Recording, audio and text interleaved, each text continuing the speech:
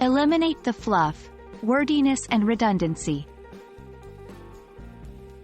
Hello language learners!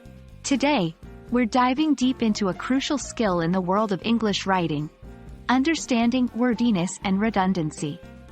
We'll uncover why it's essential to be concise and how to recognize and rectify wordy and redundant phrases. Let's jump right in and make every word count. Wordiness refers to using more words than necessary to convey a point or idea. It can make sentences feel heavy and difficult to understand. Redundancy, on the other hand, is the inclusion of information that's already been expressed, making it repetitive. By eliminating both, we can make our writing crisp, clear, and concise. Let's look at some typical examples of wordiness and see how they can be streamlined. 1. In spite of the fact that can be simplified to although or though. 2. Due to the fact that simply say because. 3. In order to just use to. Example: Wordy, in order to play the game, you need a ball.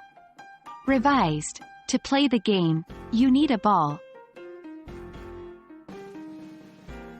Redundant phrases repeat themselves in meaning. Let's identify some and see their concise alternatives. 1. Free gift. All gifts are free.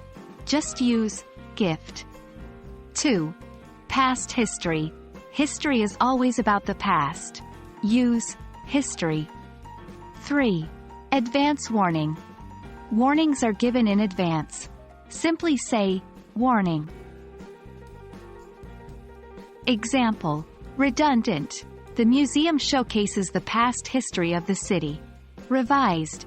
The museum showcases the history of the city. 1. Read aloud. Sometimes, our ears can catch what our eyes miss.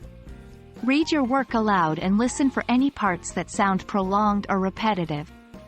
2. Ask for feedback. Another set of eyes can spot areas of your writing that are wordy or redundant. 3. Revise, revise, revise. After writing, always take time to go back, reread, and prune unnecessary words or phrases. That's a wrap on wordiness and redundancy, learners. Remember, concise writing is potent.